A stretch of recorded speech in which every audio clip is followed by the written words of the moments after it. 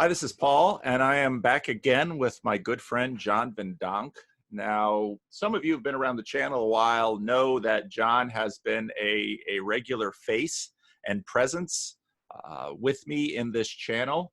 John actually, and I've got a few previous videos with John, and I think I made a playlist of my videos with John. And if I haven't, then I will for this one. But John was quite instrumental in some of this whole thing happening. And a lot of this actually has a lot to do with John's story, some of which he told, especially in our first video. John's also a good writer, and he sometimes gets articles into the Banner, which is the monthly periodical of the Christian Reformed Church.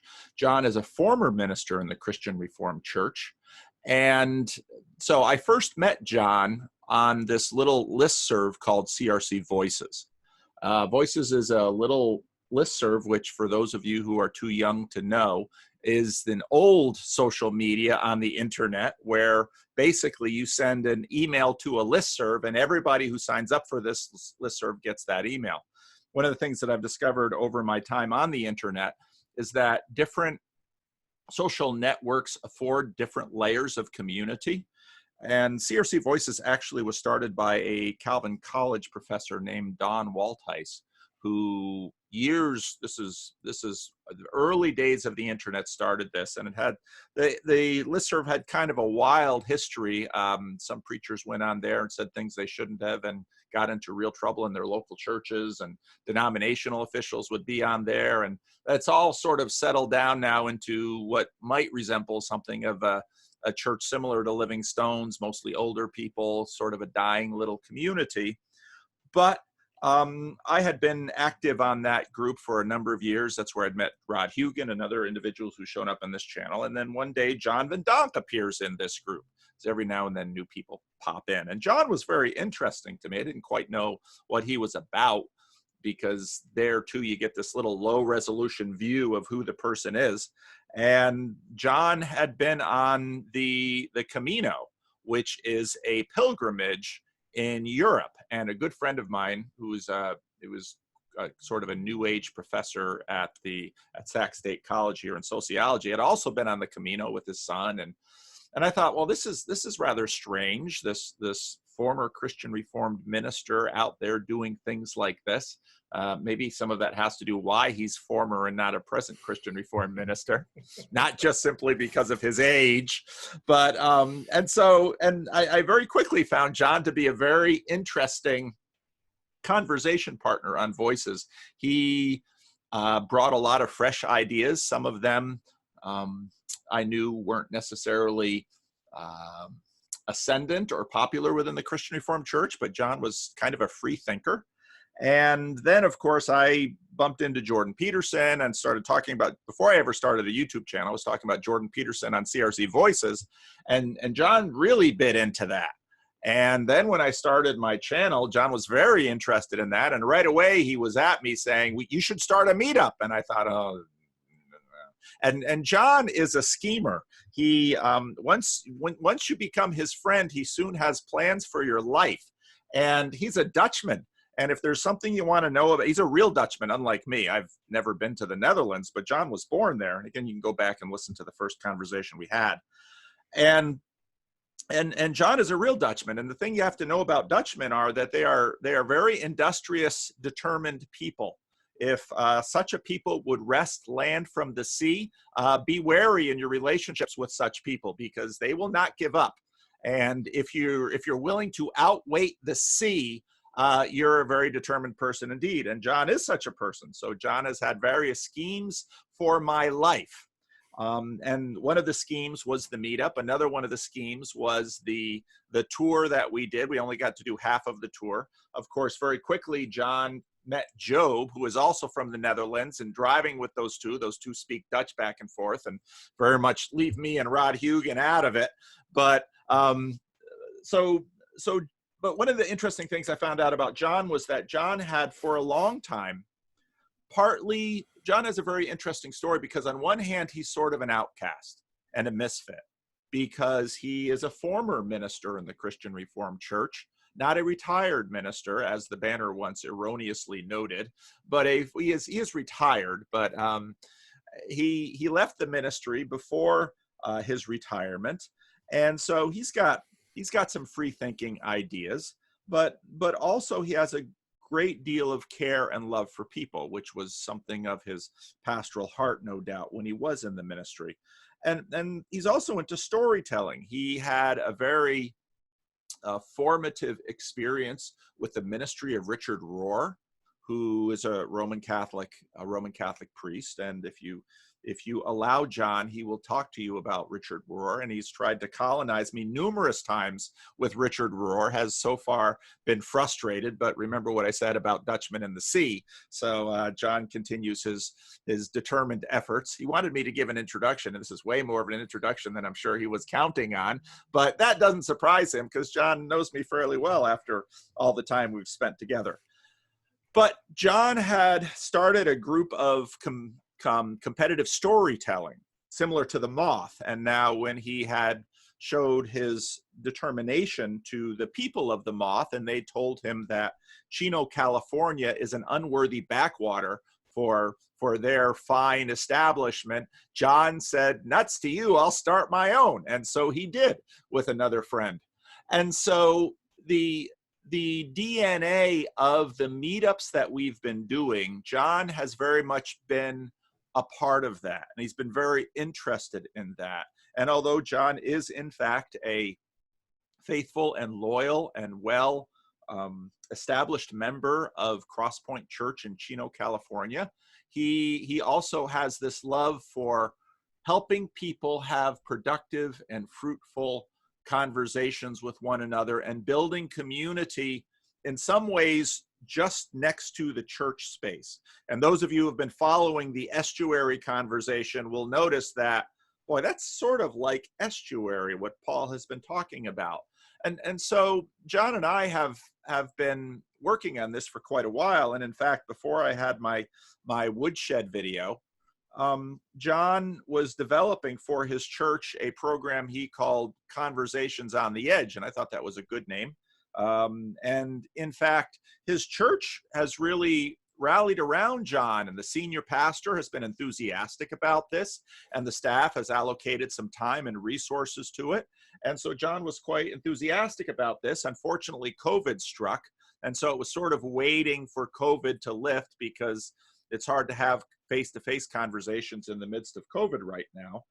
But then John heard my Estuary video and has been excited about that. And so John has really been, a lot of people have wanted to talk to me about Estuary, and I keep telling them that, notice I'm not starting the Estuary. I am trying to inspire people to start estuaries, to start instantiations of estuary-like efforts. And as I think we'll talk about today, I had a little meeting with some of the stakeholders of what used to be called the Sacramento Jordan Peterson Meetup. We're going to change the name to the Sacramento Bridges of Meaning group or meetup or something. It's not fully noted, but you know, we were talking about that yesterday and talked about the variety and diversity of estuaries that will be. And I would assert that every estuary will be unique in its own way, just like every estuary on the planet is. And actually, Joey's idea of bridges works out quite well with respect to estuaries, because most of the time, if you have an estuary, you're going to have a bridge. And so we've got a lot of cross-fertilization things happening here. Now, John had a whole introduction written for me here, which he likes to do because unlike me, who usually likes to come in and just kind of play it by ear, John likes a script. And I know there's a good number of you who've been following the Estuary conversation, and a good number of you have been like, I wish Paul had a script. I wish Paul had a few more things written down. I wish Paul had more clarity on this so that, and I would say, so that what? So you can feel a little more comfortable, so you can know what the program is moving forward, so that you can invest in this because you're worried about investing in something you don't want to invest in. I'm not here to reassure you tremendously today, but what has been happening in my continual conversations about estuary, I had no idea what unleashing just one little word into the world would do, especially a word that is common in the English language that everybody should know about if they know anything about biology. But here's where we're at. So John wants to talk to me about estuary, and in many ways, John is one of the, if estuary ever becomes a movement that is named with estuary on it, John deserves at least partial credit for this whole thing. And part of why I'm a little reticent to set down a lot of this is estuary, this is how it will go, is because currently there are 3 or 4, I would say, estuary type things in development around the US and Canada. And there are a dozen or so things that I would categorize as estuary-like that started almost from the beginning of my channel and have been going ever since. And so I'm quite free with the category, but in all fairness to many of you who have wanted to nail me down in some ways or another, it is important to be able to say, this is estuary, this isn't estuary. And again, I very seldom, if you listen to me, use, in fact, probably never use the definite article with the estuary, because I don't imagine estuary being one thing. I think of it much more as a movement. And my role in this, I hope, is to inspire and promote. And now John has a whole bunch of ideas to let loose on me and now you via my YouTube channel with respect to these ideas. Because as I said before, he is a schemer and he's also kind of a planner. And so his scheming has plans, and I'm sure he'll continue to let me know about how I fit into his schemes as we go forward. So John, there's your introduction, and probably more than what you were counting on, but welcome to the channel once again. Well, thank you, Paul. This was really, yes, way more than I had bargained for, but perhaps a good jumping point, because I so totally agree with you that estuary cannot be a uniform, one-size-fits-all kind of thing. And yet, I'm thinking that maybe of the experiences that we've together had in trying to set up conversations on the edge, we may have learned a few things that may be applicable to other people who are trying to initiate any kind of an effort like this. I think that you're right in that in some ways, some of this is going to sort of emerge organically in the right places at the right time. But some of us who are a little bit more intentional about, okay, well, what must one do to initiate any activity at all that could perhaps fall under the umbrella of estuary? I think that's probably how I would say this. Okay. And there's, okay. Yeah. Well, where would you like to begin, John? I have your sheet here, but I haven't had a chance to read it. So let's jump in. Well, there are a couple of categories. There is the host, and then there is the space, and then there is the protocol. And protocol is a highly technical term in this context. We'll get to that in a minute. And then there is, what can go wrong in an estuary. And See, here's part of the thing that I'm really noticing is that when I did my Big 5 personality profile, I am very low on neuroticism. And I think part of what I'm bumping into is that I'm very low on neuroticism, and just about everybody else is higher than I am. So a lot of people are looking at me and they're saying, do you know how many things could go wrong? I say, yeah. They're like, no, really? Well, yeah, but I come at those things more in the sense of, okay, can we anticipate some things in order to build a levee somewhere and maybe do a little dredging somewhere? Okay. But anyway, we'll get to that. And then there is, of course, the whole celebrity concept and the status idea. I mean, you have, basically what you've done is you have combined your passion for entering into that very fruitful biosphere, the estuary, but you don't walk in there as an old Dutchman in rubber boots. No, you kind of descended upon it in a helicopter, with the bodyguard, and you came as a celebrity. You came as a person who can rattle some cages and make some noise, and you've made plenty of noise already, and all of your subscribers are here to testify that you know how to make noise, and it's a good thing. In this particular context, it's a good thing.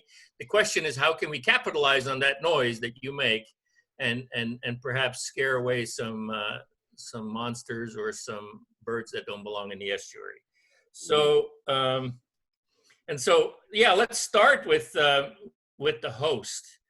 And so basically ask the question, and I think I mentioned to you before we started recording this, I don't have a whole lot of answers. I just want to lay out a little kind of an outline of how we might converse about this within these parameters. But, I'm asking the question, what sort of leadership is necessary or helpful in order to be able to create an estuary-like space, and where should that space be? So you in your situation, you embody the connection between the estuary and the church. It's one and the same person, but that's not true everywhere. And for example, in my situation, I am not the senior pastor of Cross Point Church, and so a lot of it depended on the kind of relationship that I have been able to build with the senior pastor of Cross Point Church, so that he would trust me to do this weird thing. And you should probably mention what you sent me before we started recording, because that is really cool. Oh, you're going to have to talk about that at some point somewhere. Oh, yes. On Twitter this morning, let's see. Let me see if I can pull this up. I got a wonderful notification from, and why isn't Twitter working on my browser right now? Okay, well, my blog is working, so I can go to it from there. I got a wonderful notification from the author of this piece, and this individual, let me pull up his, still waiting on better internet here at the church. Which is necessary. Blog by Cale Zeldin, who I didn't know who he is. And he has a blog, 1P5, or First Peter, Rebuilding Catholic Culture, Restoring Catholic Tradition. He wrote, and he said, he tweeted me and he said, I was thinking of you when I wrote this, which was a tremendous compliment. And I see rightly so. Things are broken. We need to upgrade our sense-making apparatus. And he didn't name me in the piece, but he talked about the IDW. And here was, I think, a wonderful example of a loyal, faithful, believing Roman Catholic individual who recognizes that there needs to be a space for some sense-making, as Rebel Wisdom would call it, or as Eric or Brett Weinstein would call it. And I'll post a link to this in the notes here. And if I don't, you just comment in the comments that, Paul, you forgot to post that, which is often happens because I'm not a control freak like John Vandonk, and I forget things like that. And but it's just such a penetrating, searching blog post about this man who loves his church and he's sorrowful to see it flounder in our world. And as a Christian Reformed minister, I could, if I had the gifts that this individual has, it's just such a honest, loving yet painful piece. And in many ways, in listening to people talk about estuary or an estuary, I often hear them, quite rightly using some of my metaphors, um, with respect to, well, the church has it all together and so this flows out. But I think actually churches need to have estuaries in order to pursue their mission. And some have noted that in some ways my estuary is a little analogous to Jonathan Peugeot's narthex. A church needs to have a narthex. Now, in the Protestant church, we call it a fellowship hall or some of those type things. But it's, and to get back to John's point here about a host, some will, if in fact this estuary concept goes anywhere, some of what I'm using to incentivize churches are that you're dying anyway, you might as well try something.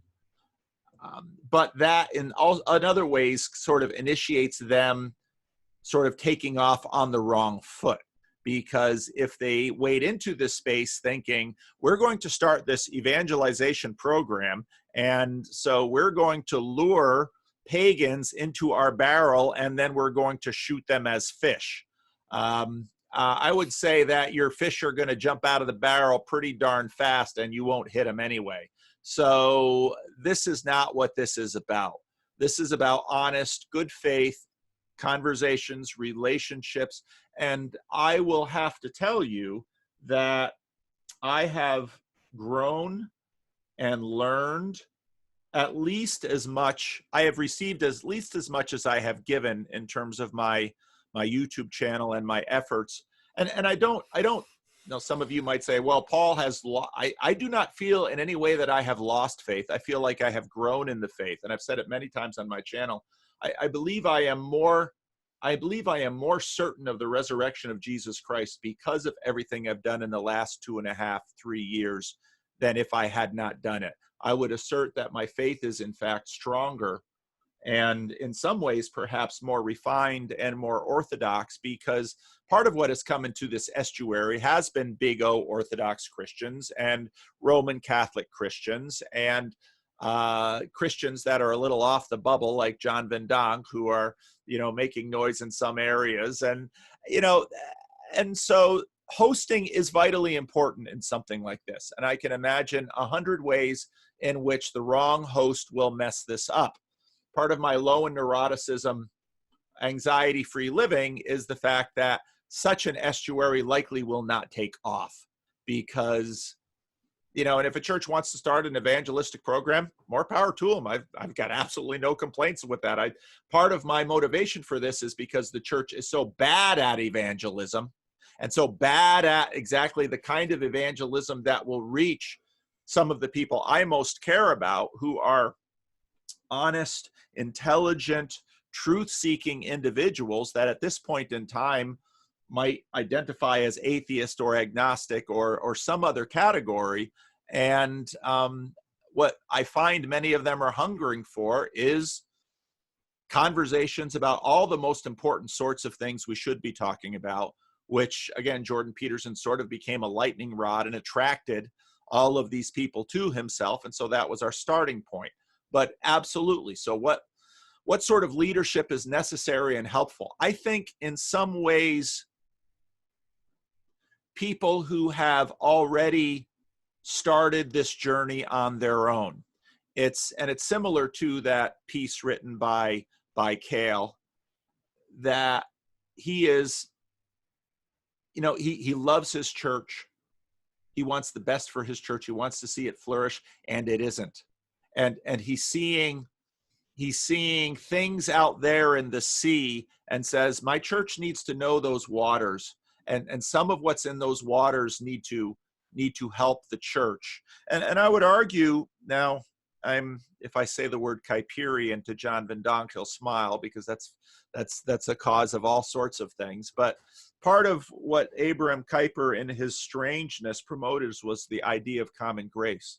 And that would it be Would we be wrong in thinking that God has graced this world with things for the benefit of the church? I don't think that's a heretical idea at all, frankly. I think it is all for Christ and his church, as the Bible says. So pastors, and so penetrating about this piece, again, which I really have to link now, what was so penetrating about this piece is towards the end, he had this comment about that the church needs to be more Thomistic. And what he meant by that is something a little different. I humbly submit St. Thomas was our model here. We need to imitate him. And by this, I do not again mean that we should read the Summa more. There are worse ways to spend an afternoon, of course, but instead we should look to him as a model of intellectual conduct. Do we have any record of Thomas scoffing at a thinker or a source because it was pagan or Jewish or wrong? Of course we don't. Thomas read wisely and generously. And in fact, when I read that book, Fatal Discord, which is ironic giving our Discord servers, Fatal Discord about Luther and Erasmus, it was noted that before Thomas, the newly introduced works of Aristotle to the Western church were banned by the church. And here Thomas comes along and takes these banned works, integrates them, and it basically becomes the foundation for the Roman Catholic Church for the next few hundred years. Even though Luther, of course, well, that's Brett Sockel than anything. So anyway, yes, we need the right kinds of hosts. And in my opinion, what we've been doing actually by this YouTube channel and with the Bridges of Meaning Discord and with the meetups that we've been doing is we are, in fact, I think, attracting the right kind of people. And in the process, part of what I want to do, I was having this talk with Joey and Tyler and Rick yesterday.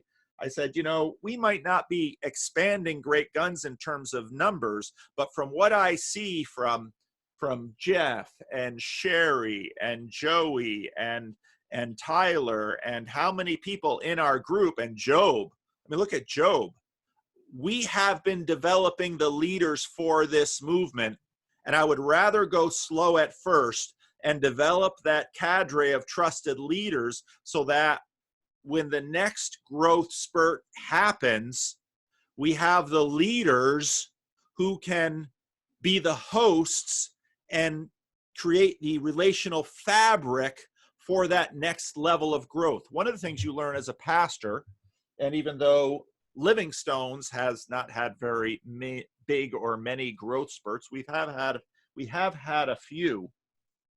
Growth comes in spurts. And if you really want to develop a strong movement or community, when you're not in a growth phase, be in a building phase. So build those leaders and get ready for the next growth phase. And so even though right now with Jordan Peterson's absence, and I mean, my YouTube channel hasn't grown great guns, I see this as a building phase, because what we are doing is, in fact, even though we don't have a list of attributes right now, what we have been doing, just as Jordan Peterson talks about in the first biblical series, we are watching each other talk, and we are getting a sense of what's in, what's out, and we're actually programming each other to, okay, so I meet with Vaush, and before I meet with Vaush, the distributor sends me an email, says, don't talk to him because, he's rabid and he'll blow up. Well, okay, well, way to notice that. Good. I'll be wary of that. But then when I talk to Vaush, it comes out well. And so what we're doing with all of these conversations, even though they might not get thousands and thousands of views, is we are building the leadership of the community. And just like... And the vocabulary. Yeah. And just like, people will ask me, my father was a terrible, my father was completely non-direct in his mentoring of me. He seldom told me what to do. But now at this age of my life, I realize my father mentored me deeply just by being who he was. And so what I have from my father in me, I've got some of my mother too, but what I have in me from them, I have because of watching and absorbing and sort of the community aspects of formation.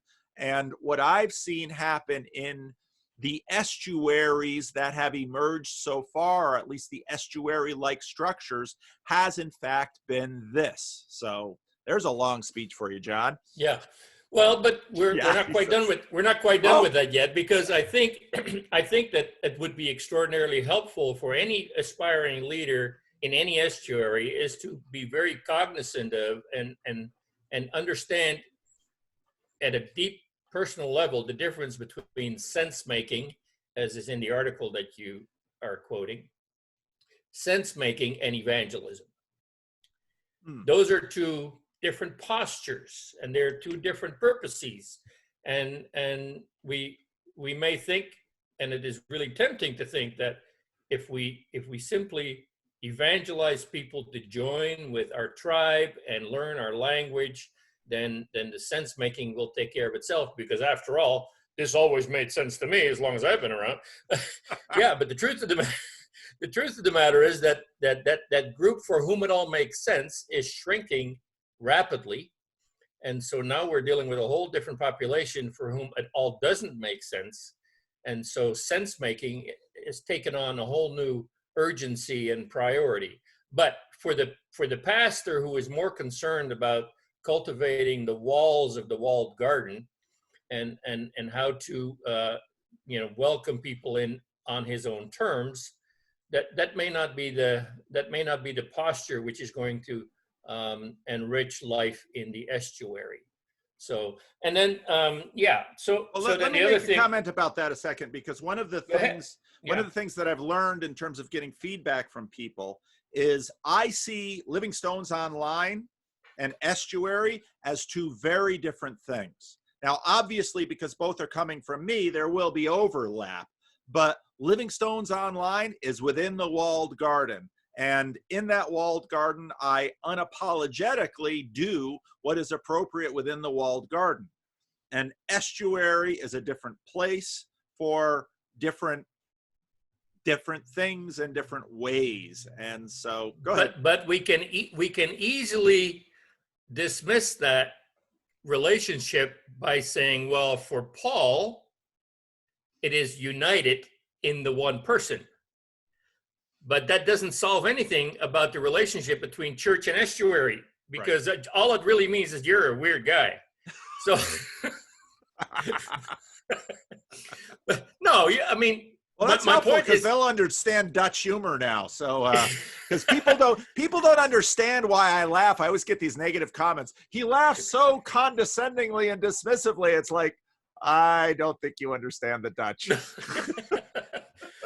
No, but my point is that, okay, so if it is appropriate and valuable and necessary to cultivate the walled garden and to apply professional skills there and to be intellectually prepared for that task, okay, so now, is there a whole unique set of skills and gifts and aptitudes necessary to cultivate the estuary? And if so, what then will be the relationship between the estuary and the church? Because that notion of conversations on the edge, which was our original model, nevertheless suggests a center. Yes. You know, you can't have no conversations on the edge if there is no center.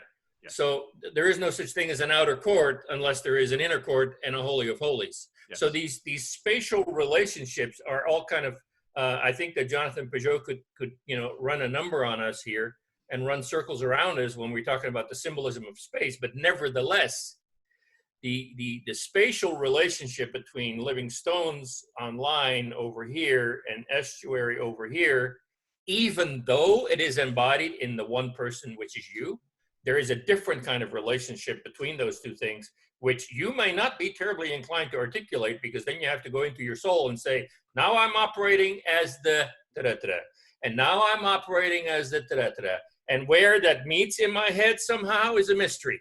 And, you know, that's all good and well, but the rest of us who do not have that same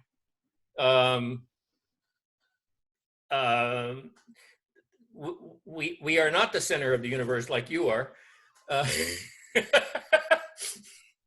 We have to figure out what is what and how does it relate to one another. And so I personally found that as far as the qualifications of a host, I raised the question, and the question will come up again: is some form of credibility within the church necessary to be a good host in the estuary? Let's talk about that first. Okay. One of the surprises for me in this movement has been how insistent many of the atheists and non-church stakeholders in this have been insisting on a relationship with churches.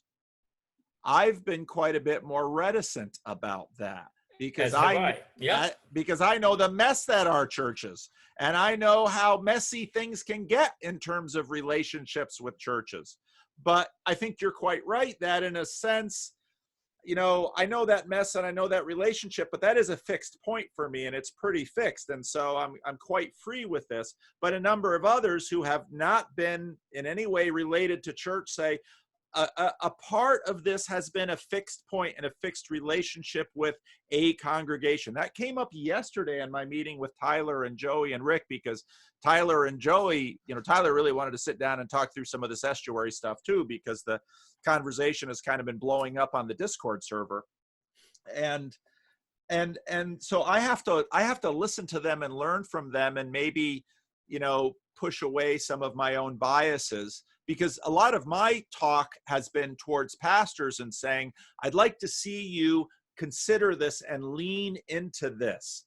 Because even while I think part of what some of the unchurched and atheist friends have noted, part of what obviously I brought to this effort was, okay, here I had a space that we could use, at least pre-COVID.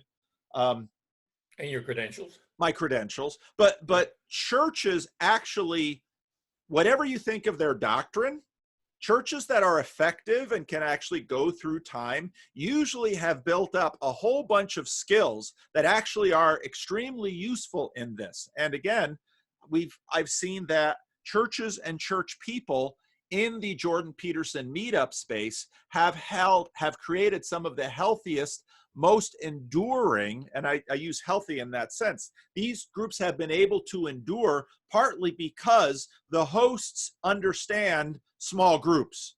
Okay, this number, just in terms of the numbers, in terms of the dynamics, in terms of, because it's all this learned stuff about how to sort of quiet someone down who's talking too much, and maybe invite others to say more. And it's this subtle management of the conversation. Small group leadership skills. And churches have those in abundance. Yes. Churches have a lot of the skills needed to maintain and grow communities, because again, whatever you think of the doctrinal aspect or the supernatural ideas, churches have those skills, and churches have infrastructure, and churches have those values. And so churches actually have a lot to offer this space. And sometimes when I talk to people who are a little further out and get a little allergic to church, and I watch them do things, I think, yeah, you're not going to last, because anybody, even with just these skills, watching what you're doing, probably knows you're going to fail, for not because your ideas are wrong or because you're stupid or insincere or any of those reasons, just because there's a certain mechanical knowledge to human community that churches promote and collect and foster. Now, back to space, because now we're talking about, okay, where are we going to do this in relation to church? So these things are all totally integrated, because when I say, okay, what are the necessary qualifications of a host, some of those skills are useful, but we have to acknowledge and admit to one another that they are not exclusive to the church. I mean, there are people with small group management skills, community organizers, business, of the vein of business communities. Business facilitators. Yep. Yes, that they have that skill set. So then I would repeat the question in that sense, and then also in relationship to the space. I mean, could this equally easily happen adjacent to a mosque or a Buddhist community or a secular humanist worship service, as they have begun to sprout up in various parts of the country and in Canada. And so my question again is there something unique about churches offering this estuary space, as though living water can only come through the church into the ocean and flow towards the ocean? Or is common grace really so wide and so deep that it flows even around the church to the ocean, and estuaries can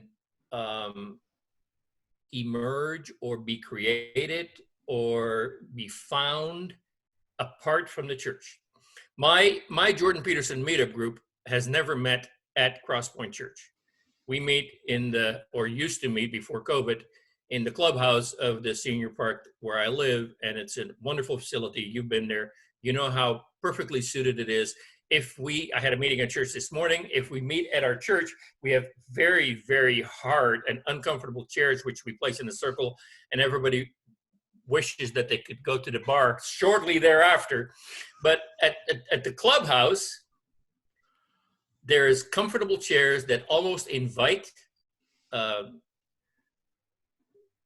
lingering conversations. And so this is strictly speaking about the space now. And that space would, COVID notwithstanding, would continue to be available. And so,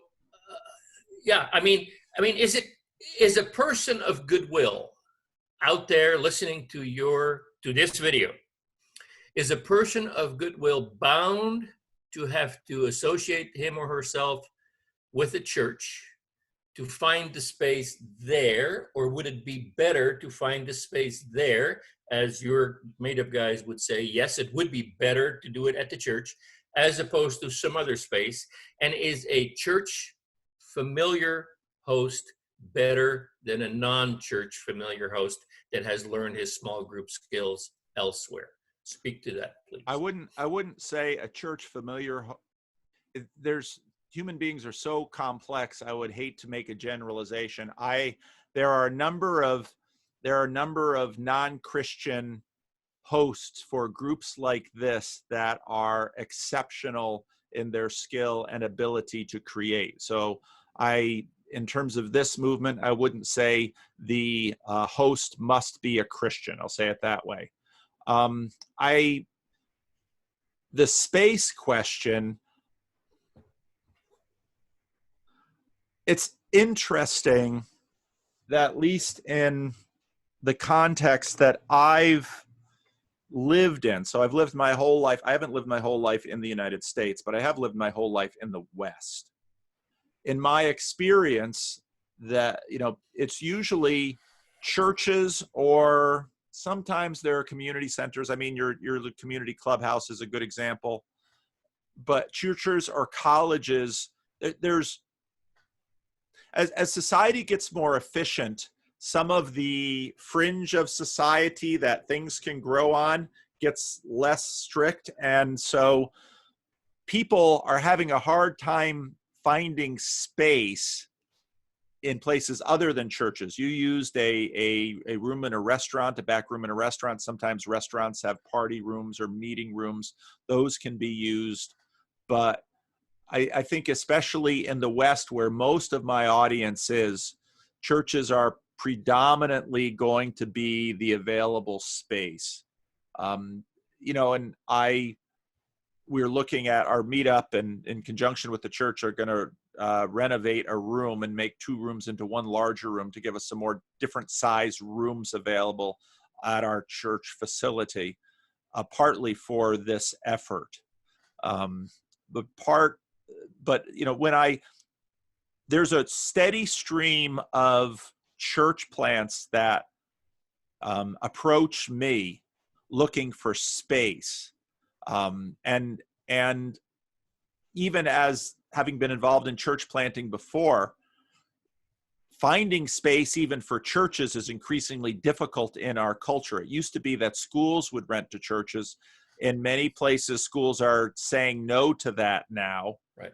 Yeah. which to me is just really rather silly, because I'm sure the school could use the income, and they're not doing anything on Sunday with their facility generally. But yeah, those are hard questions. And some of those questions I'd rather not pontificate upon until I get some more data based on experience. Yep.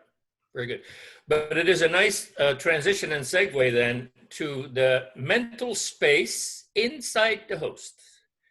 And I want to give credit here to, because Ryan Bennett did a super job of talking about what makes the IDW the IDW. And we've already agreed in other, you've already mentioned it in other conversations. Your conversation with Andre with the Bangs was very much to the point there, that if there is not the kind of mental space and mental attitude, I mean, you often refer to yourself as high in openness, but it's actually a little bit more than that. And so I wonder if this might be a good opportunity to I'll just list them here. The protocol, the estuary protocol, as opposed to the estuary boundaries and organization, and the same with the players. And Ryan, of course, talked about the players in the intellectual dark web as not being very significant, but the thing that was the common denominator is that they all had an appreciation for the IDW protocol, and then he outlined the protocol. So I wrote it down, as you have it in front of you right now. So there's mutual respect, there's openness, there's the ability to listen, and the willingness to first fully understand before judging or critiquing, and that requires sometimes having to ask for clarification. What do you mean by that? And we've all heard Jordan Peterson do that so well. And then Ryan comes up with this little gem. When you pursue truth instead of power, you are in the IDW or in the estuary. When you favor understanding over judgment, you are in the estuary. And when you value ideas more than identity, you are in the estuary. And so then, you know, this is all good and well, and we've all heard it in various sources, but the additional question is, can the protocol inherent in and necessary for estuary be taught? And if so, where and by whom? And Andre with the Bangs complained that the guys in the IDW do not do a great job of empowering the grassroots to carry the flag. But then I ask you today, is there a role for Paul Vanderklay in laying the groundwork for how to promote estuary protocol and teach it in a way other than the amazing example that you already show? And it should escape no one's attention that you have been teaching for a long time, strictly by modeling it for our very eyes to see. I'm not suggesting that you haven't been doing it, but on the other hand, there are some things that the local people need to know and learn if they are going to be effective hosts of a local instantiation of estuary on the ground in a town. Well, there is caught and taught, and we have been relying on caught. Yeah. And that is fair, and I like that. I like that partly because it takes a while, and Vervaeke really, I think, articulated this well in his Awakening from the Meaning Crisis. Once we get into the taught phase, it's tricky because there's a wisdom embodied in the caught phase that even those who are practicing it cannot necessarily distill into little if-then statements. They're What best. would be the curriculum? What would be the curriculum? And actually, you know, one of the ideas that I have, because there's been so much, I've had so much response saying, I want to be involved in your estuary. And it's like, how am I going to do this? You're already listening to my channel, so you already are. There are various ways people can. I mean, one of the beauties about the Bridges of Meaning Discord was that gave people a concrete way to participate. But by its very nature, Discord servers are not for everyone, by no means. And I think there's even a capacity question with a Discord server. The degree to which that type of technology, which we have used, you know, for purposes other than what it was created, I think in some ways we might be at the limits of some of that. Joey, I think, was quite right yesterday in saying he sort of watches gamer culture to learn, you know, how some of these technologies can be used for other things. And my channel has sort of followed on that. In some ways, I started out twitching Jordan Peterson. But, you know, and you're right. And I like Ryan Bennett's articulations there. And there does need to be more of that. And people are pushing for more of that. And I want to give it. But part of my experience in church has been that as a culture, we are overly optimistic in what the intentional propositional can produce. Ooh, very good point. Very good point. Yes. And that may well have been partly behind the demise of churches in the minds of many, you know. Yes. Information overload, catechism overload, strict propositional truth overload.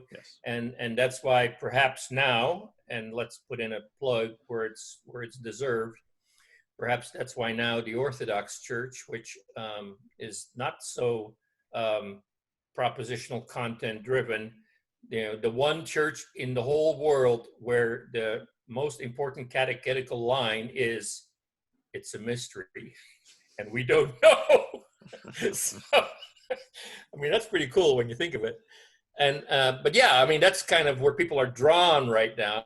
And so, I mean, I know that I'm arguing against my own desire for some curriculum. Yeah, but I agree with you in that it's easy to kill the thing with too much stratification. Well, and as a pastor, one of the things that I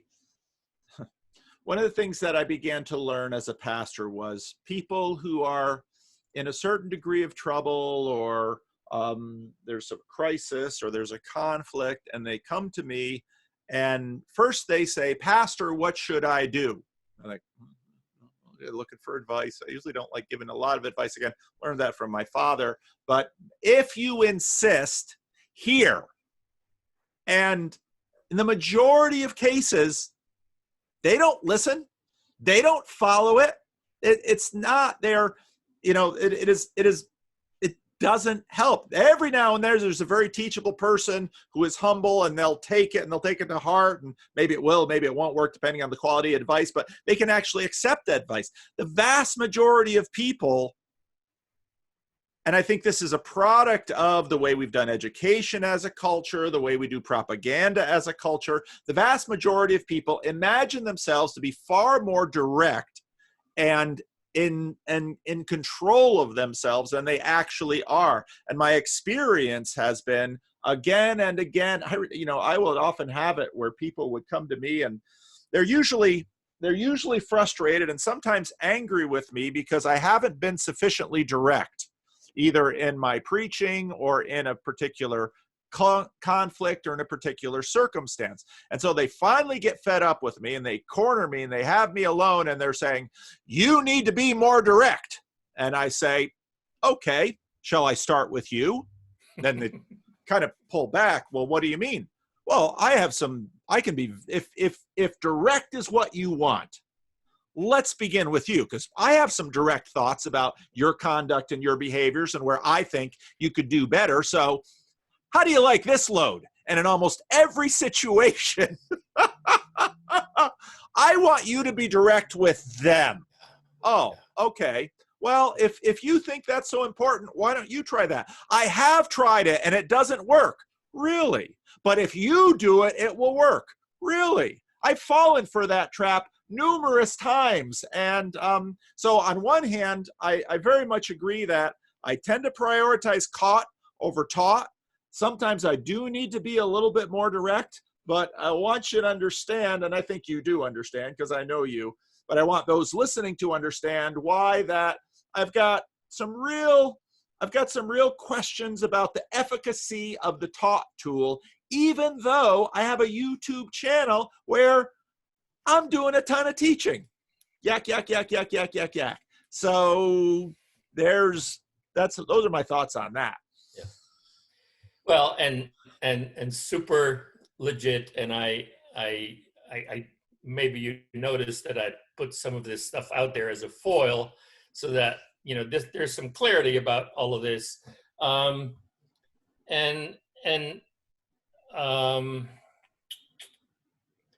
Yeah. Okay. About space. Okay. Let's talk about space. So we kind of established that it might be helpful for an estuary to be associated with a local church, but then you say that every church should have an estuary. And my question is, every church can have an estuary? Want to speak to that? Well, again, I am not going to say that if you have a vision for an estuary-like enterprise, that you should wait for a church to come along to be a compatible partner with you.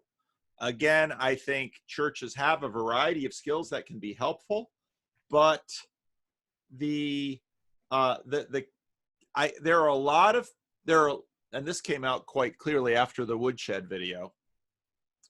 There are a lot of people out there who were raised in churches and have internalized a desire for church and even a guilt if they are not connected with a church, that have, for one reason or another, simply experienced repeated frustration in trying to satisfy that desire. And that, sure, some of that is on them. I'm not going to let them off scot-free, but some of that is on the church too. And every single pastor is an individual, loved by God, but broken and fallen, sons of Adam and daughters of Eve. And church, these kinds of things can get super complicated. And so I have a fair number of clergy who follow me in the US, Canada, UK, Australia. And they also often, I think part of the reason they were drawn to my channel is they've had similar frustrations to what I've had, but they might not have had a church situation which was quite as conducive and free as the one that I have been blessed with. And so yeah. I've spoken with some clergy who they would love nothing more than to do what I've done, but they know they can't because of their church.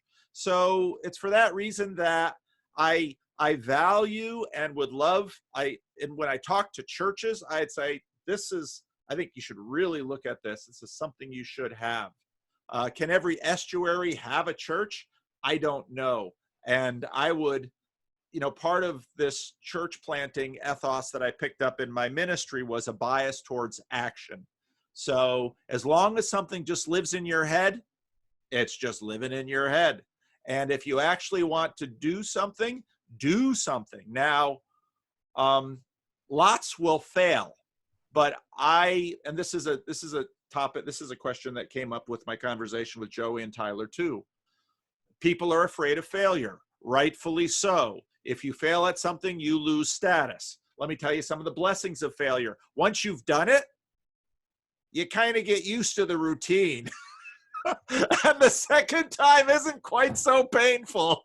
So you're willing to get up and fail again and again and again. And now, again, for some people, that failure is debilitating, and I want to be sensitive to that. John Vandonk and I, we tend to wobble, but we get back up. And get up to fail again. But, you know, that's so there's a persistence, a bias towards action, coming to terms with your fear of failure, and to say, I might go out and I might try this and I might blow it spectacularly. And 1,000 now with my channel, you know, so I have 14,000 subscribers and maybe 2,000 or 3,000 people might watch a video. So let's say that there are 11,000 people out there in the world that say, yeah, I used to subscribe to Paul Vanderklay's channel, but he's a failure. He led me wrong and he's not going to accomplish anything. And you know what? I'm living with it. Yep. No, but I think that what you just did just now is you gave a nice handle to the person who feels a little bit inspired and a little encouraged, and they have some meanderings going on in their head. Should they go talk to their pastor? Should they go find a space somewhere? Should they learn the mechanics of small group leadership and how that all works? There are really good books about that on the market, by the way. And so, yeah, I mean, but yeah, in the end, there is a totally real possibility of this whole thing failing spectacularly. So that is also, yeah, I want to squeeze in a,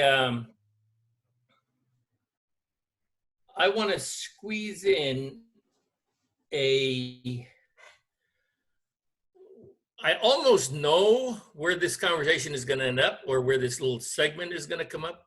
I want to talk about dikes and drag lines, and especially I've been doing way too much LGBT talk lately to talk about dikes and drag. No, dams. Levees? Levees, okay. Okay. But I mean, we were talking about our mutual friend Job, and he made every effort of killing this whole estuary thing right from the get-go, when at the very beginning of COVID, he showed up in our country here he sent to my house 2 big boxes of Dutch cookies called baggertjes. Yes, those. So then he left because we weren't going to go on our trip, and he left all those cookies at my house. And it took enormous self-restraint and the grace of God for me to not eat them too fast, because they are delicious, and I would have been dead by now and in no way involved in the estuary movement. So there you have it. So, but baggertjes is named after baggeren. Baggeren is dredging, and Job van Achterberg lives in the Dutch, or maybe worldwide, capital of building dredging equipment. That they have shipyards that build phenomenally huge dredging equipment, primarily to offset the consequences of our dam building, which caused rivers to silt up and making navigation impossible for larger ships. So then they have to call up Job's neighbor over there in Sliedrecht and say, hey, can you send me a drag line and a dredging tool that I can use to open up the flow of water again through this estuary, because if it silts up, it becomes a mess. All of that to say, is there anything that one could do to expedite the flow of water through an estuary? Is there anything useful about redirecting water? Is there anything useful about a little levee, perhaps? or perhaps I'm strictly sticking now with the metaphor of the estuary and the dredging equipment, and I want Job to feel important, so he needs to be part of this thing. But yeah, so you have a way of addressing estuaries, your own estuary, my estuary, estuaries as such, estuaries everywhere. Is there anything that you could say or do that would make a difference in how the silt gathers, how the chaos interacts with each other, how living creatures are formed and flourish, and how monsters are kept at bay? Well, I think there needs to be some monsters. I don't know. I don't know. There's part of the power of this word was that it is so evocative and it produces so many productive metaphors, but there is a limit. Well, there are times when, well, let me say it this way. The managers of the Bridges of Meaning Discord they do dredge. I would say that, because there's a group of moderators that sort of keep tabs on the Discord. Every now and then there'll be a troll in there, and they'll tolerate a little bit of trollish behavior. But when they come to the conclusion that the troll is going to as potential to do a lot of damage in the estuary, clogging things up. That's right. They will, and sometimes the clogging up comes from part of the reason I announced Living Stones online, even though I'm still working to roll both of these things out, is because in our culture, the Christians and their theological disputes can sort of dominate the estuary sometimes. And so some of that I want you to go over. Okay, you got this. You want to talk about the Trinity. You want to talk about eschatology. You want to talk about, Protestant, Catholic, Orthodox, Jew, or at least the Orthodox, the Christian. Go into the walled garden and have your conversations there. Keep good point. Keep the water flowing, because, if you coming to Bridges of Meaning Discord, and again, it isn't for everyone, but you discover that all we talk about here is all we do is debate the Trinity or universalism. Those types of intramural theological conversations are better done within the walls, and hopefully done well within the walls, so that we don't have competed wall cities lobbing. And in the West, we've had long histories of that most of us can, I think, appreciate the fact that, yes, there's knowledge that comes from that. So let's debate the ideas, but let's also remember Christ's prayer of unity. So sometimes Christians have to be encouraged to, okay, I know you're really excited to have a place of lots of other articulate, intelligent, well-read people, so that you can go to bat on your particular theological hobby horse. We're going to have a room for that. It's not going to be in the estuary. I'd love for you to take that high resolution, intricate, theologically informed knowledge into the estuary and be able to relate, because a lot of these issues flew out of past estuaries. Almost every Christian orthodoxy arose as a response to a heresy. And this has been this is a comment that regularly gets YouTube comments when I mention it, that the estuary is a place, and I borrow this language from a friend, where one might entertain heresy. And that sounds very scary. And this is why we have a walled garden and we have an estuary, because in most cases, I would assert, You know, if you read the Gospels, you don't have a fully fabricated Christology or Trinity in the Gospels. Jesus didn't come down and, by the way, after I finish healing that man with the withered hand, let me explicate my two natures.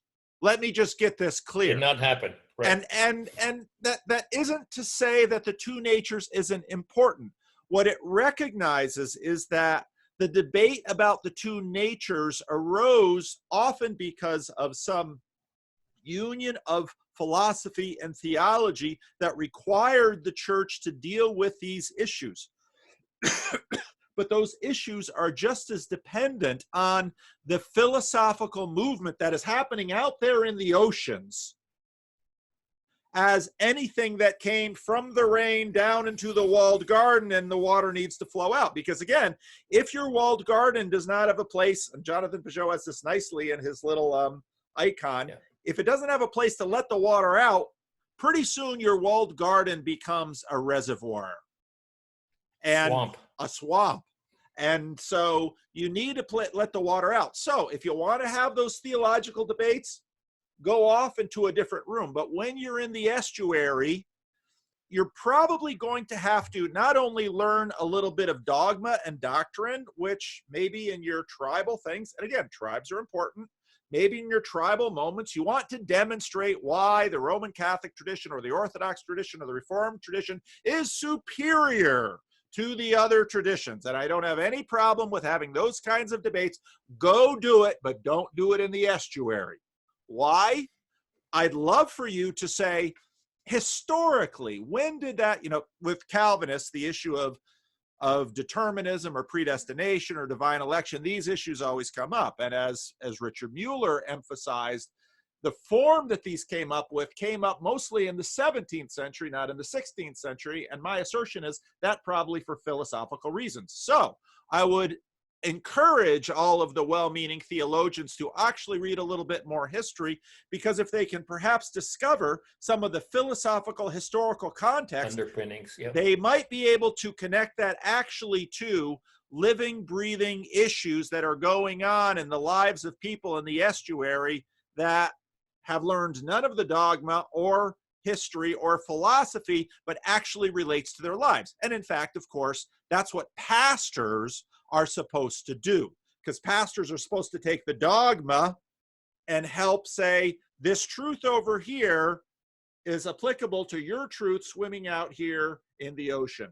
That's what pastors are supposed to do, and pastors are actually not always too good with it. So again, this is part of the function of the estuary and part of what, and as a Christian pastor, I can say this more easily, you two Christians, you go over there because you're bothering some of the other fish. And some of the other fish need to do some exploring. And when they ask a question about this, if you really learned your stuff over here, I bet you'll have something that this fish will be interested in hearing. Wouldn't that be refreshing? I have a short sentence that I came up with myself when I had a couple of beers around the swimming pool a couple of days ago with some friends of mine in the middle of the day. And they like to use the line, whatever it is that your church is selling, I'm not buying. And I said to them, how about you take this question serious? What would you buy if we were selling it? And that speaks to your thing about people taking a little deeper look at their own questions. Oftentimes people fail to explore and pursue their own questions. And so maybe we can redefine dredging. Dredging is getting deeper into the underlying dirt underneath the water channel. And we should talk about historical analysis or historical review or simply historical awareness as the actual activity of dredging. So if we're going to be doing any dredging at all in the estuary, let it be to pursue historical context, historical depth, and historical origins. So thank you for that. I appreciate it. That was very well done. Well, one of the things that I often noted with the IDW, which perhaps its time has passed now, but so you've got an economist in Eric Weinstein, you have a biologist in Brett Weinstein, you have a celebrity atheist in Sam Harris, you've got a psychologist in Jordan Peterson. You had many of the disciplines. You didn't have any historians, and that was a real weakness. Now, historians are complicated actors, especially in academia, because the culture of academia encourages specialization. And it's the same problem that we have in medicine now, because you can make $1 million being a heart surgeon or a brain surgeon or a plastic surgeon. But if you're if you're a general practitioner, but what mostly we need are general practitioners. And actually I've been lately listening to a bunch of Will Durant's stuff lately, and so his training was in philosophy, but he wrote these huge long histories, and of course some of this stuff is dated and he gets stuff wrong, and that's true. So if you're interested in history, you should read some of the cutting edge contemporary history about specific things, but a broad overview. Part of the problem right now with history, of course, is that it's been severely discredited because the critical theory advocates will say that all history is somebody's version of history, and so probably wrong. Yeah. So go ahead and try and go ahead and try and state your case that it's all racism and patriarchy without reading history. So you're just, I'm going to take this on faith. I mean, there's just so much non-seriousness out there right now. So if we are going to do any dredging at all, or dam building, or levee building, we run the risk of what John McPhee writes about in The Control of Nature, especially chapter 1 in Atchafalaya, which is an absolutely masterful description of the consequences of messing with nature. This is kind of an aside comment, but I mean, if we're going to try and flesh out this estuary concept, that chapter is precisely about what happens when you try too aggressively to control what happens in the estuary. And it's a fascinating book. The part about the Los Angeles Crest Mountains is even more interesting, but this is about the Mississippi River estuary, and it's extremely interesting. So for those who want more background about what actually happens in an estuary, that adds an additional perspective. And that then is my segue to celebrity. Because, Paul, you can draw a crowd. We both know that when you show up in Chino, attendance triples. And that's why we organized the road trip. We were going to go to all these places, and Paul would show up, and conversation would be lively, and attendance would be increased, and all kinds of new people would join our little group, our little local estuary, or our little meetup group. And then Paul, on his fourth missionary journey, would go to the next location, whether it be Salem or Portland or Seattle or Vancouver, and we would have all these new plans of Jordan Peterson meetup groups, except that I also personally have the experience of having you show up at my meetup twice now, or 3 times. 3 times. I've had you show up at my meetup 3 times now. And the numbers were formidable. It was amazing who all showed up when you announced your participation. And then you went home, and so did all my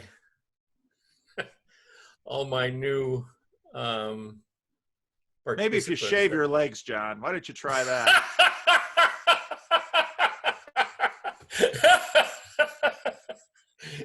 Yeah, but you know what I'm talking about. And then there is a sense in which all our estuary efforts can, in fact, be influenced by you. I have people show up at my meetup that occasionally say, "Well, the reason I'm here is because I was listening to Paul Vandonk and he mentioned this or that about your Jordan Peterson meetup group, and I have your name listed on my meetup announcement, so Paul Vandonk will be there in spirit. Paul Vandonk will be there in spirit. Paul Vandonk will be there in spirit. Paul Vandonk will be there in spirit. Paul Vandonk will be there in person." So yeah. But I mean, what do you think of that? I mean, how do you see yourself fit into this from that angle and that point of view? Well, obviously, because to one degree or another, my YouTube channel has had a bit of reach, and I'm gratified by that. I'm humbled by that. And to the degree that that can work for building a movement. And again, I'm most gratified by, when I lurk on the Discord server and I see community being put together. And when I see people getting together in healthy, life-giving, productive ways, I think, yeah, that's worth my time. And one of the greatest compliments people can give you is when they start doing what you're doing after you because you've done it. And these other little YouTube channels that have started, the Randos, Meaning Code, Mary, and others. Burn, I love Bird's channel. I obviously can't take full credit for any of that, but they got a little bump because they talked to me, and it's fun sometimes going to those channels, because I don't watch everything in all those channels, but I do go sometimes and check out comments, and I notice comments from people who are no longer giving comments on my video, and that's absolutely okay, because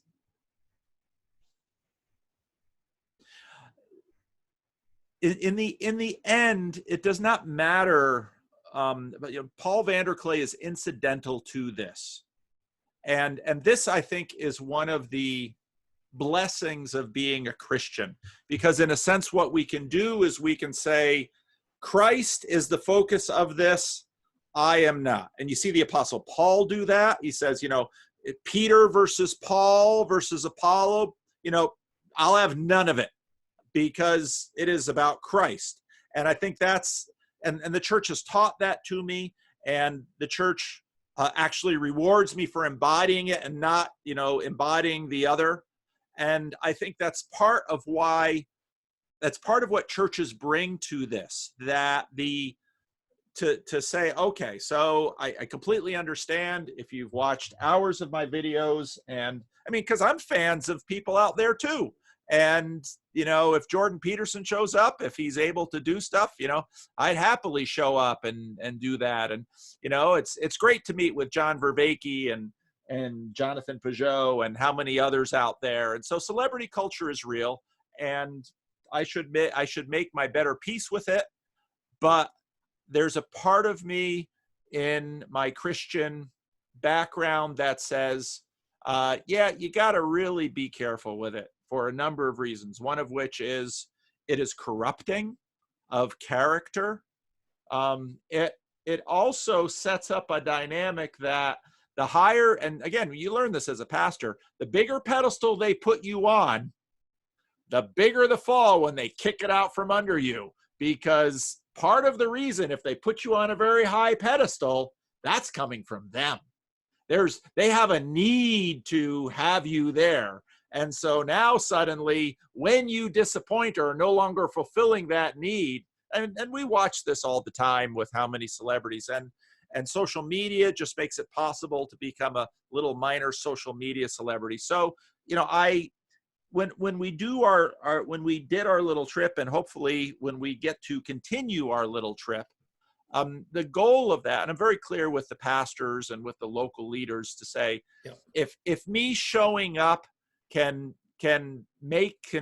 put a couple other cards in your virtual Rolodex, and you can have a key conversation with someone and maybe find a new leader and get 3 or 4 people around which you can create a community. That's how I want to use whatever celebrity I have. So that, because in the end, this is something about YouTube channels too. Those of us who listen to a fair amount of YouTube know, I'm subscribed to over 300 channels on YouTube.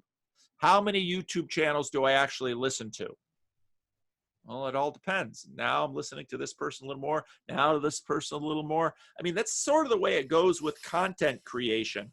And if your ego is all tied up and locking people into listening to your channel all the time, well, you've got a God complex that is not going to take your soul in a very good place. So, we have to, I think, acknowledge celebrity culture, make our peace with it, but at the same time, the focus the value is locality more than screens. And screens have an important part to play. We're going to keep using screens, but locality is the value because, finally, it's the people that you spend your life with that actually are the foundational relationships. Now, and totally affirming that, I nevertheless wonder if it wouldn't be possible, talking about scheming and having a plan for your life, if it wouldn't be possible, and you've already told me several times why it might not be the wisest thing to do, but I'm going to ask it anyway. What would happen if you became, and your YouTube channel, especially the estuary side of it, became a clearinghouse for information about all local efforts towards estuary, which means that if there's going to be an estuary directory anywhere, why would it not be in the comments section of your YouTube channel, so that anytime you say something pertinent to estuary, some kind of content, something about how to organize it, something about where or how or what, you could direct people to the comment section and say, this thing is happening throughout the country and perhaps throughout the world. Here is a list of all the local contact information of all the local estuaries. And so this is kind of the kind of probably a bottom line question for you, because it's easy for me to say, what would you have to lose by doing that? But I've never asked you that question seriously. What could you lose by having some schmuck in Podunk City put his name, submit his name to you? Hey, put me on your estuary list, and then it's there. It's associated with your channel, and somebody sees that and goes there and finds it to be a hellhole full of monsters in serious need of dredging. Yes, it's serious need of dredging, or a nuclear bomb, are just clogged up with Christians debating infra versus supralapsarianism. Yeah, exactly. Yeah. So then the next question would be, I think we're both on the same page about this. So then the next question would be, is there a way to filter that? Is there a way to say, this estuary here is worthy of my advocacy, and this estuary here is not? I think we have a lot of experience in working these kinds of questions. Now, I have, in fact, registered estuaryhub.com, and I'm going to check. So I transitioned the church over to livingstonecrc.com. If you go to livingstonecrc.org, you'll find the old website on Squarespace. So I'm going to see how many more months I have that I've already paid for. So I'm probably going to take off livingstonecrc.org and point that to the new Tithely webpage for the church. And I might take that other Squarespace account and connect it with estuary.hub and create, create something what you've described. Now, each of us has a personal network that we are willing to vouch for because of personal experience and relationship. And that is defined and trusted by virtue of face-to-face experience, conversation, gut instinct, all of those things. And each of us as individuals are used to managing those lists by ourselves. Yes, John Vandonk is a friend of mine. John Vandonk? Yes. Do you know what he thinks of Richard Rohr? Yeah, I do, but he's still my friend. And people get that, okay? People get that.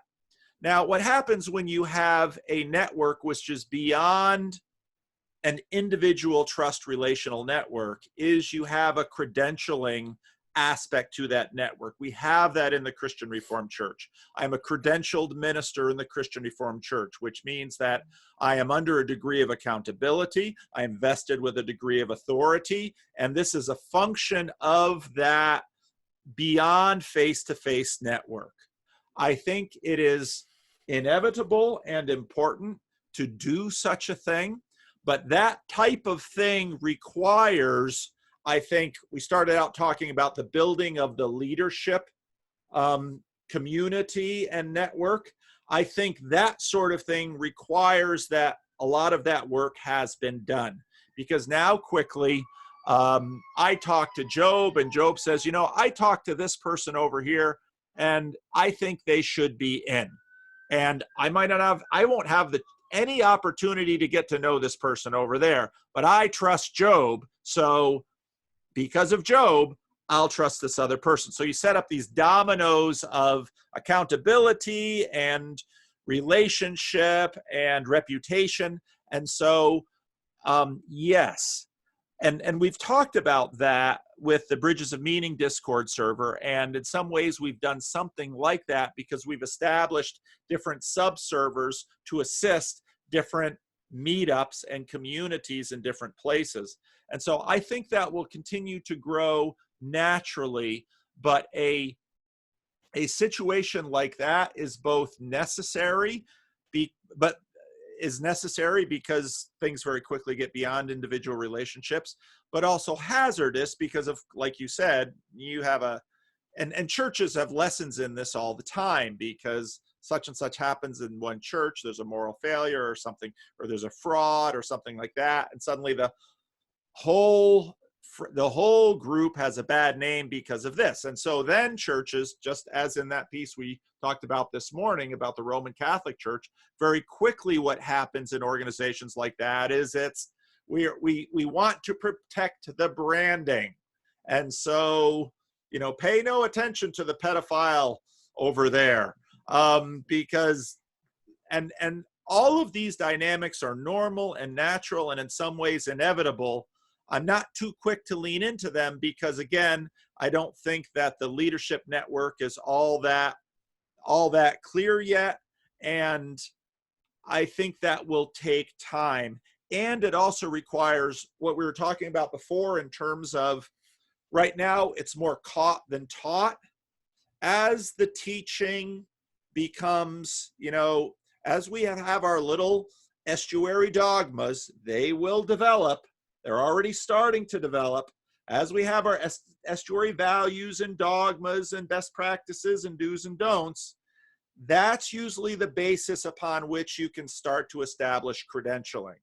But again, what many people are brushing up against in terms of their chafing with respect to denominations, religious organizations, academic organizations is the older these things get, the more brittle they get, And then the more corruption sets in, the other things begin to clog up the estuary, and pretty soon you need a dredge or an explosion to blow the whole thing up so that new things can flow.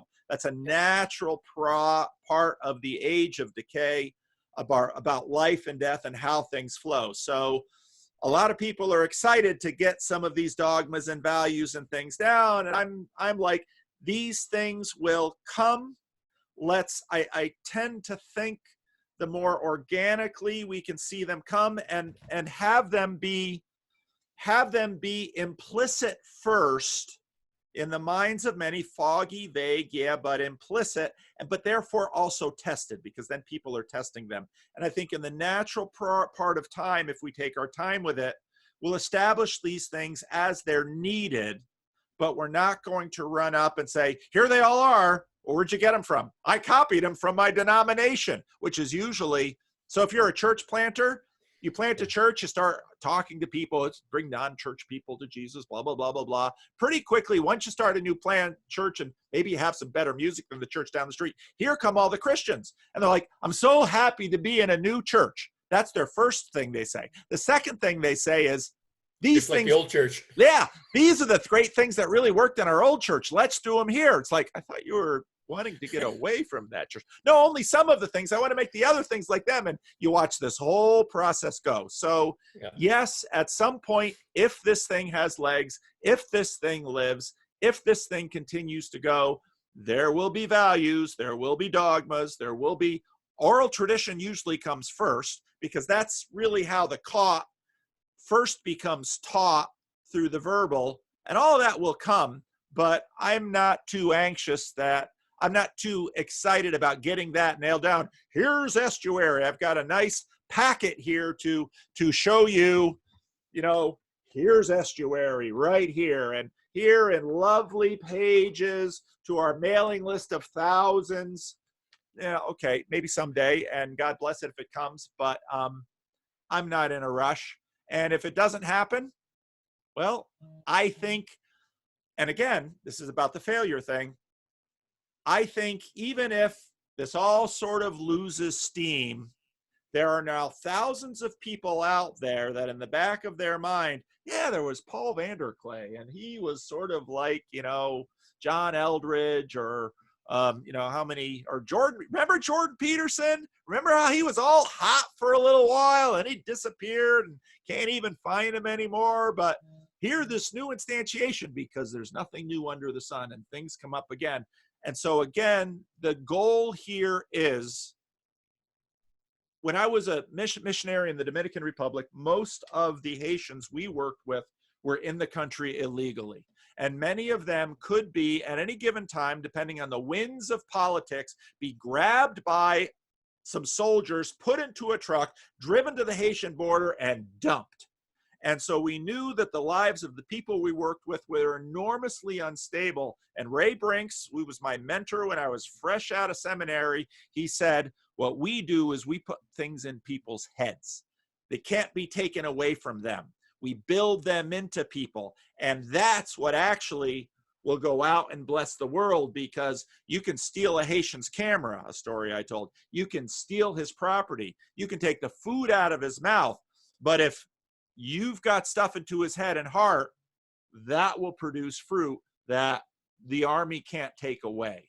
And so for me, that's where my values are at in this. And if by 2030, no one remembers Paul Vanderklay or watches his videos or any of that, or he's just like this weird blip in people's past, but they've learned something and they take what they've learned into their new church or into their family or into their group or into their office, I believe I will stand before my maker and say, I don't know where it all went. And yeah, God's got his list of stuff he's got to take me to the woodshed for. But some of these other things, I think he'll say, well done. Well done, good and faithful servant. That's now, what you're looking for. Now, in the same way that I cannot eat a lobster without thinking about Jordan Peterson, What goes loose in the air? There you go. I propose, get ready to pick up that thing. I propose that we make bakkertjes, the other thing, the tin. that we make Buckertjes the authorized cookie of the estuary movement, and we should go ask that baker in Sliedrecht if we can get a discount on large quantities. Because what's inside the man cannot be taken out. This is really going to mess with everybody's keto diet. I know. That's why I say there were enough cookies in my house to kill me. Maybe, yes, for sure. Maybe he'll sponsor the Freddie and Paul show. Oh, that would be cool. Yes, that would be cool. So I have one more question for you, Paul. Okay. But you are welcome to blow me off if you feel like it. But I have a communication from you not too long ago, in which you said something about why words like truth and dogma are problematic for you. Please elaborate.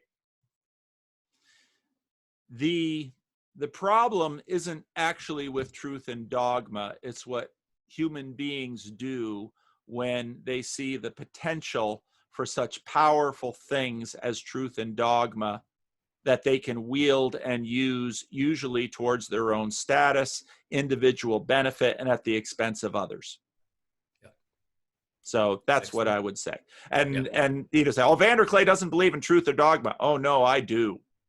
I just know how powerful they are. And just like I don't leave, if there's a storm and there's a power line that's fallen in the street, I tell people to stay clear of that. You be careful with truth and dogma. You be careful, especially if you deputize yourself as a wielder of it. And that's pretty much exactly what the Bible says in terms of not many of you should aspire to be teachers, wielders of truth and dogma, because you will be held to a higher standard. And I take that seriously. Yeah. Thank you for that. Excellent words. And again, this is the kind of thing that gives us a little taste of what that space, the estuary, could potentially feel like if it all kind of... Estuary, drop the definite article, because again, every time you say that, people think, oh, Paul is starting a corporation and maybe Vandonk will be on the board. And whether or not I ever do start a corporation, that's one of the things I've learned in this process is that when you say the estuary, then I've got people saying, I want to be part of the estuary. I'm going to totally disagree with you. There is no way a person can walk around either in the Sacramento Delta or in Holland around the big rivers, especially the Biesbos. You cannot say, well, let's go to estuary today. We're always going to the estuary. So if there is going to be a localized instantiation of estuary, it will be the estuary. Sorry, dude. Wooden shoes, wooden head, wouldn't listen. No, I know what you mean, but yeah, I know what you mean too. It is also true that any kind of local embodiment thereof is going to have a definite article because it is a thing. Yeah. And yeah, I agree that a movement should not have that definite article, but the local instantiation of it, which is actually way more important in my mind than whatever it is that you're doing on your channel, the local instantiation of it is really where the rubber is going to hit the road for actual real life people. And that's where the relationships will be built. That's where the thing will bear fruit. Yeah. And so I think we're both right. Well, shall I end the recording here, John? Sure, this is a great way. Thank you for giving me all this time. This is super. Thank you very much. I talked more than you did, so. It worked out well. It worked out well. Thank you, John. Thank you. Yeah, thank you.